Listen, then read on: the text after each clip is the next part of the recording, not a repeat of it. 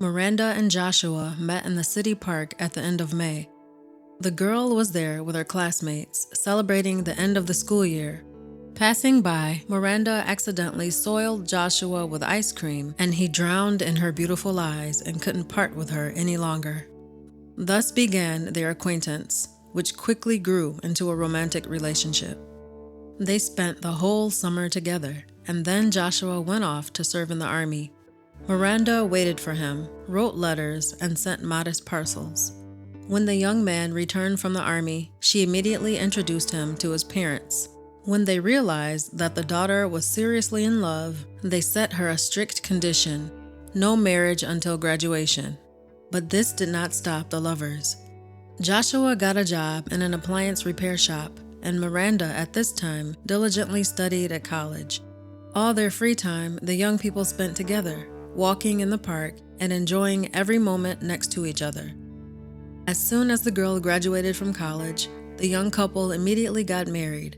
Miranda's parents once again set a condition: the young people needed to live with them in their spacious house so that their future children could be raised in the fresh air. Joshua's apartment was very small. It was barely big enough for 2 people.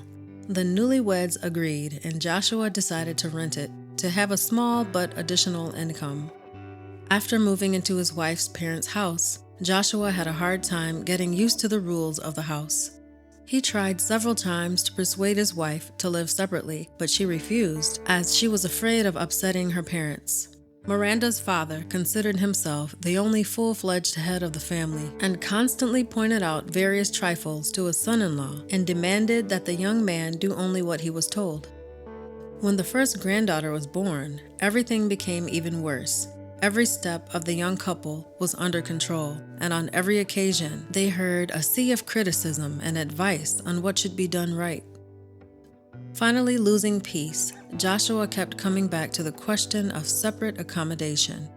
But Miranda refused to go against her parents' will and huddled together in cramped quarters. The couple had their second child, and his upbringing also went under full control, and with the daily admonitions of his grandparents.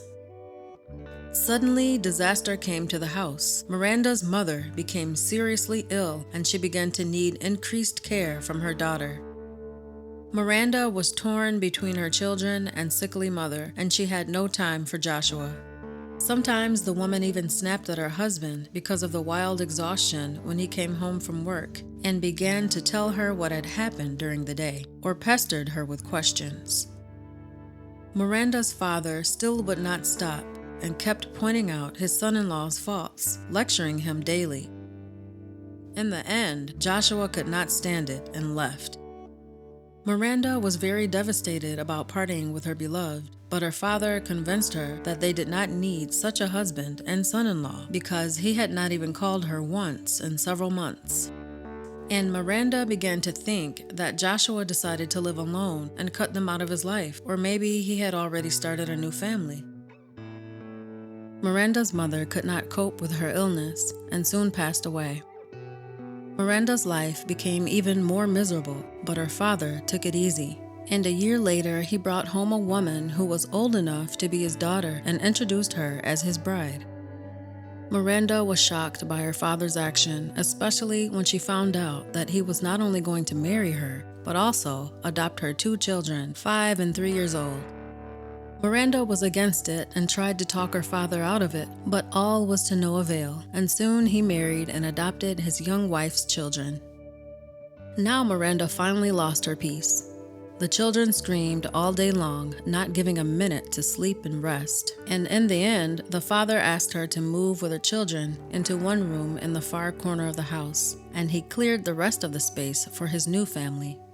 He himself took care of the babies all day long, feeding them, bathing them, taking them for walks, while his wife came home late at night and went straight to sleep in her own room.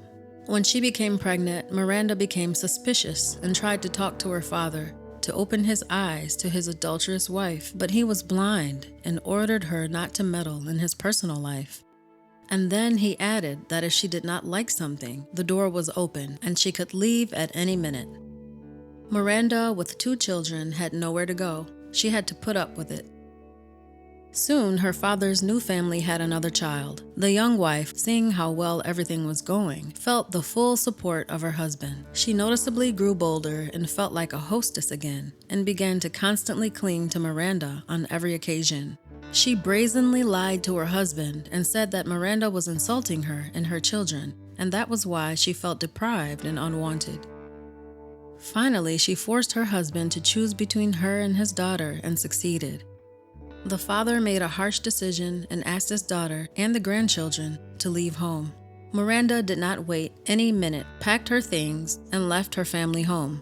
She rented a tiny apartment in the cheapest district of the city and began to get used to the new life. She was suffocating with pain, resentment, and despair, and also from the fact that she had shown weakness at the time and lived not by her own desires, but under the guidance of her parents. In the end, she missed the moment, lost her husband, and destroyed her dreams of marital happiness. She regretted that she had not stopped Joshua then, that she had not left with him, and now nothing could be changed. She tried not to show her daughters her suffering, so she sobbed at night, curled up in her pillow, and remembered how happy she and Joshua had been before the wedding, meeting in his small but very comfortable apartment away from the supervision of her parents.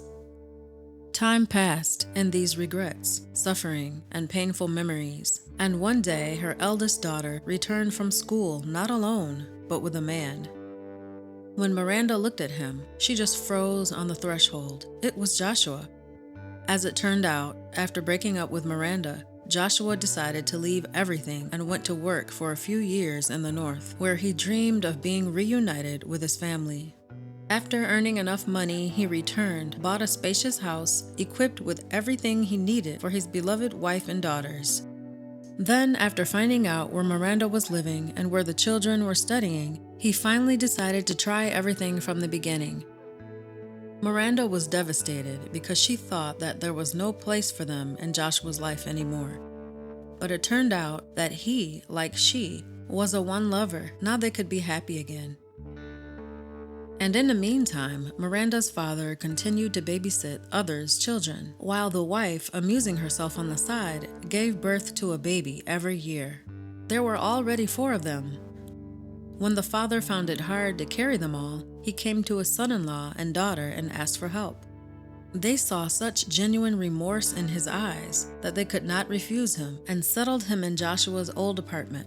They had to go through several trials and DNA tests to free the father from the alimony that the ex-wife demanded for all the children, and eventually the case was won. Only the house was left to the ex-wife, but no one regretted it, because there were too many negative memories associated with it. Everyone decided to start life with a clean slate and perfect harmony and understanding. Father, all day long, was lost in the cemetery at the grave of his wife, begging forgiveness for all the stupid things he had done.